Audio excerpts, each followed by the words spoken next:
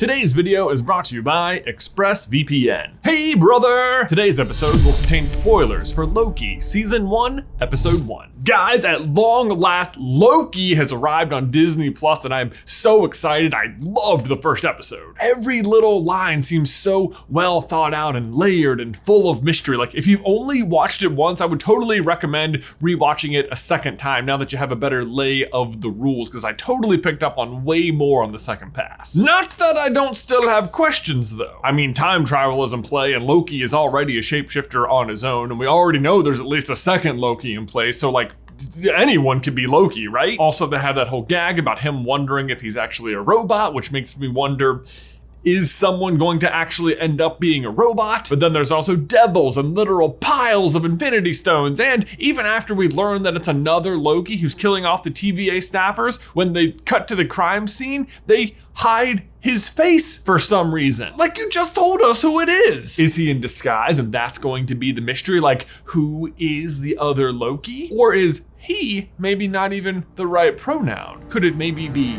she?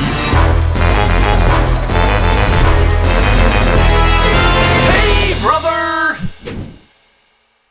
Guys, before we dive on in, we need to give a huge thank you to today's sponsor, ExpressVPN. VPNs, let's talk about them. Interestingly, your internet service provider is a lot like the TVA from Loki. They are watching your every move and know every website you visit. But instead of maintaining a sacred timeline of sorts, your ISP can sell that information to big tech companies to better target you with advertisements and stuff. Like, have you ever just been talking about something and suddenly there's an ad for it the next time you log on? Because like, that's what I'm talking about. But ExpressVPN can protect you from this by creating an encrypted tunnel between your devices and the internet. That way, no one can track your movements online. And while encrypted tunnel might sound like complicated technobabble, like quantum realm or Mobius strip or, oh, Mobius strips are real? Okay, never mind. The point is, it's not technobabble and it's not complicated at all. It's actually extremely easy to use. You just download ExpressVPN, open the app, and there's a single big red button. You press it and boom, you're protected. They've been rated #1 by CNET, Wired, and The Verge, and they protect all of your devices, including routers. And for me, my whole job is on the internet, so I definitely wouldn't go on without being fully protected. And ExpressVPN makes it fast and easy to ensure that safety. So secure your online activity today and get an extra 3 months free by heading to expressvpn.com/SCB. Again, that is expressvpn.com/SCB for an extra 3 months free. expressvpn.com/SCB. Link is in the description down below.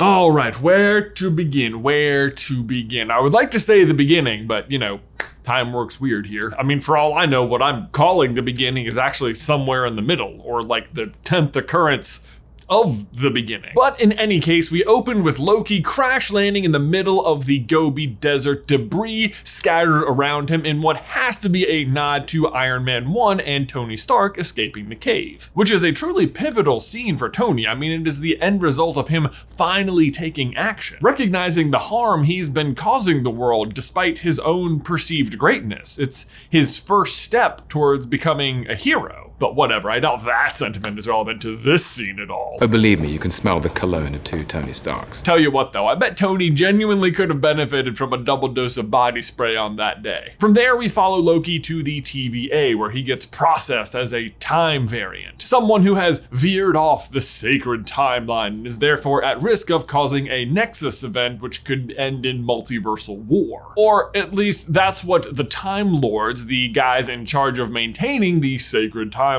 tell you would happen. And who knows, maybe they're completely benevolent, but thus far, I gotta tell you, I don't really trust the Time Lords like, at all. I mean, besides the fact that everything about their operation screams of Big Brother from the story 1984, including the literal decor of everything, which seems to be based on the actual year of 1984. But seriously, they literally have posters on the wall that say they're always watching for all time. Forever. Not creepy at all. And although they claim they're ensuring the proper flow of time with no sense of approval or disapproval about what should or shouldn't happen, they are 1000% approving and disapproving what should happen. And Loki is quick to point this out. I suspect the Avengers. You see, I only came into possession of the Tesseract because they traveled through time. It's actually a pretty good point, but he is swiftly shot down when the judge responds, "We're not here to talk about the Avengers." Oh no? No.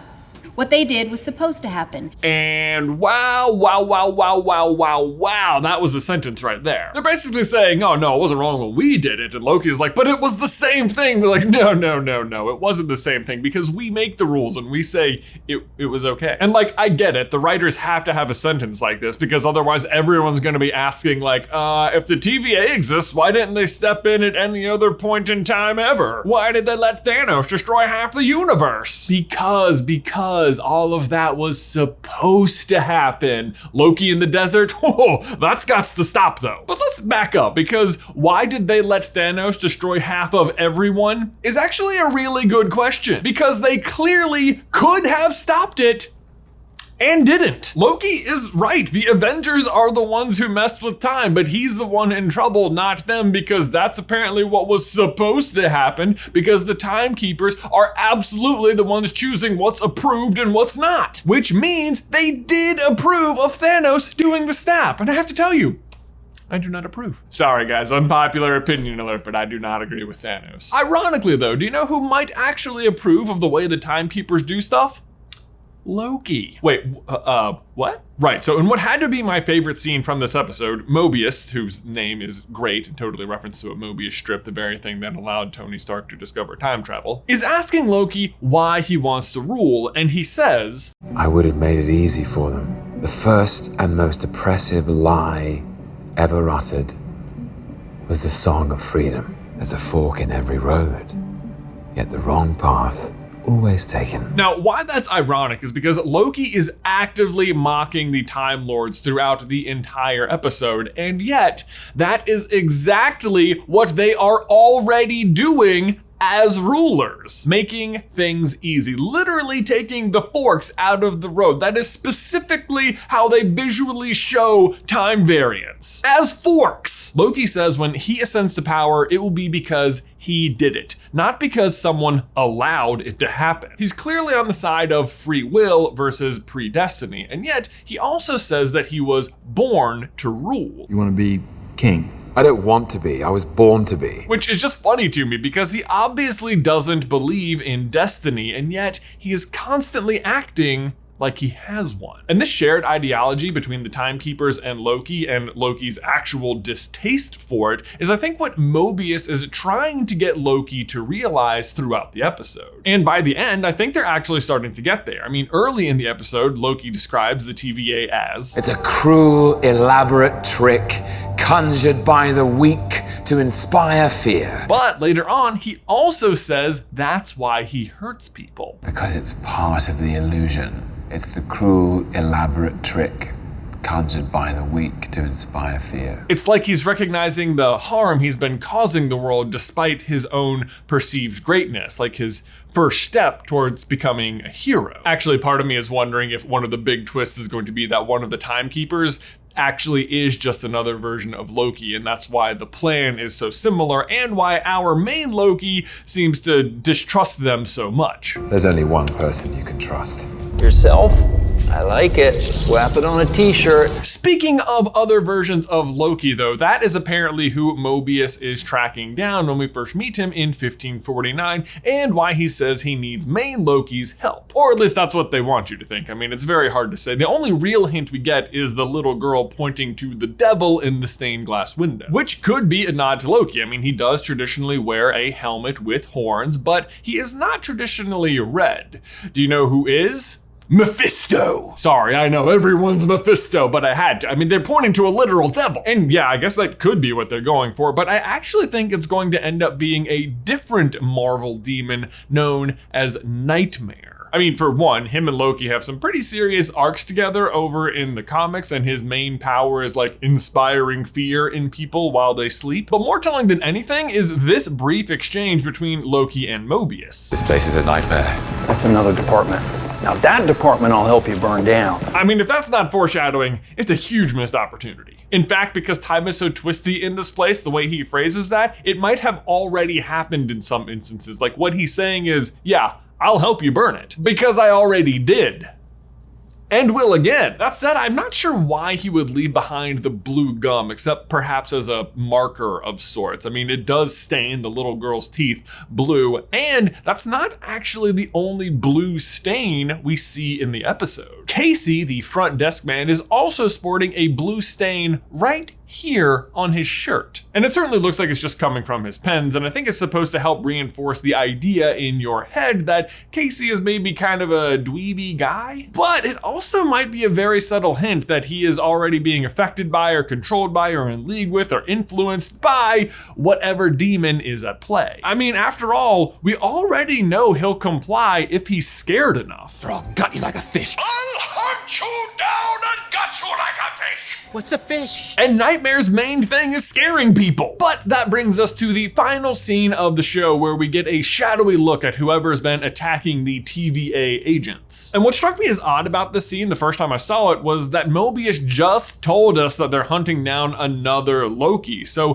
why on earth are they hiding his face? Like, if you didn't tell us it was Loki, then sure, don't show us the face and it'll be a reveal like, oh my God, there's another Loki? But we already know what he looks like, so unless we don't, because I don't think it's Loki as we've come to know him, but instead Loki as we will come to know her, Lady Loki. Now, going out of universe a bit here, the big hint that something like this might be at play was the casting of the actress Sophia Di Martino, who is listed to appear in the show for episodes 2 through 6, but thus far does not have a character name assigned to her. And why might that be? Because she's Loki. Now, I know that might sound like just jumping to conclusions, but Lady Loki is a character in the comics, and the in-universe hint is this blink and you miss it moment during the credits, where for just a second you can see Loki's processing forms and his gender is listed as fluid. Besides that, don't forget Loki can actively change his appearance, and the show makes sure to remind you of this by replaying that scene in Avengers Tower right at the beginning of the show. And on top of that, the next Thor movie coming out is Thor: Love and Thunder, which will feature Jane Foster taking on the mantle of Thor. So if you're going from male Thor to female Thor, why not also go from male Loki to female Loki? But honestly, what I think they're going for is building out the next wave of Avengers known as the Young Avengers. Historically, known members of the team include Kate Bishop as Hawkeye, check, Speed and Wiccan, check, and Young Loki, soon to be check. And hey, maybe Sam could lead them, which would mean that each of the first 4 Marvel shows they announced, WandaVision, Falcon and the Winter Soldier, Loki, and Hawkeye, each contributed a new member to a new team. Which should sound familiar because it is exactly what they did with the Netflix shows when they did the Defenders. And by the way, if you're wondering about Young Loki, who's Young Loki? Didn't you just say Lady Loki? I am betting we see all manner of different Lokis throughout the show. I mean, for one, I don't know if you've noticed, but whenever you see the logo for the show, it is changing all over the place. I think that's because we're going to see so many different versions of Loki. Plus, we saw that entire drawer full of Infinity Stones, so there is ample opportunity for Loki to have been a time variant many times before this. Or it's even possible this isn't even the first time this Loki has arrived for stealing this version of the Tesseract. I mean, Mobius even says, It happens again and again and again because it's supposed to, because it has to. To which I say, what do you mean over and over? I mean, if everything has happened before, then Loki arriving here has happened before, right? And I'm sorry, what was your name, Mobius? Like Mobius strip, the thing that circles back on itself endlessly? But then wait, the Avengers messing with time was apparently supposed to happen, but wouldn't that always mean that they always drop the Tesseract and Loki always escapes though? And even though it's happening over and over, that's always supposed to never happen? Oh my God, I think this show is going to be a serious mind bender. I can't wait. But Ben, my question for you and everyone else is, what did you think of Loki so far? Do you think we are going to get a Young Avengers team? And most importantly, what is a fish? Wrong answers only, please. Leave them all in the towel section down below. Guys, thanks as always for watching today's video. Don't forget to leave a like on it if you haven't already, and subscribe so you don't miss any future Loki action from us. If you want to see me and Ben try and answer the world's hardest Loki quiz, you can check out this video right here. But Ben, until next time, I will see you in another life, brother.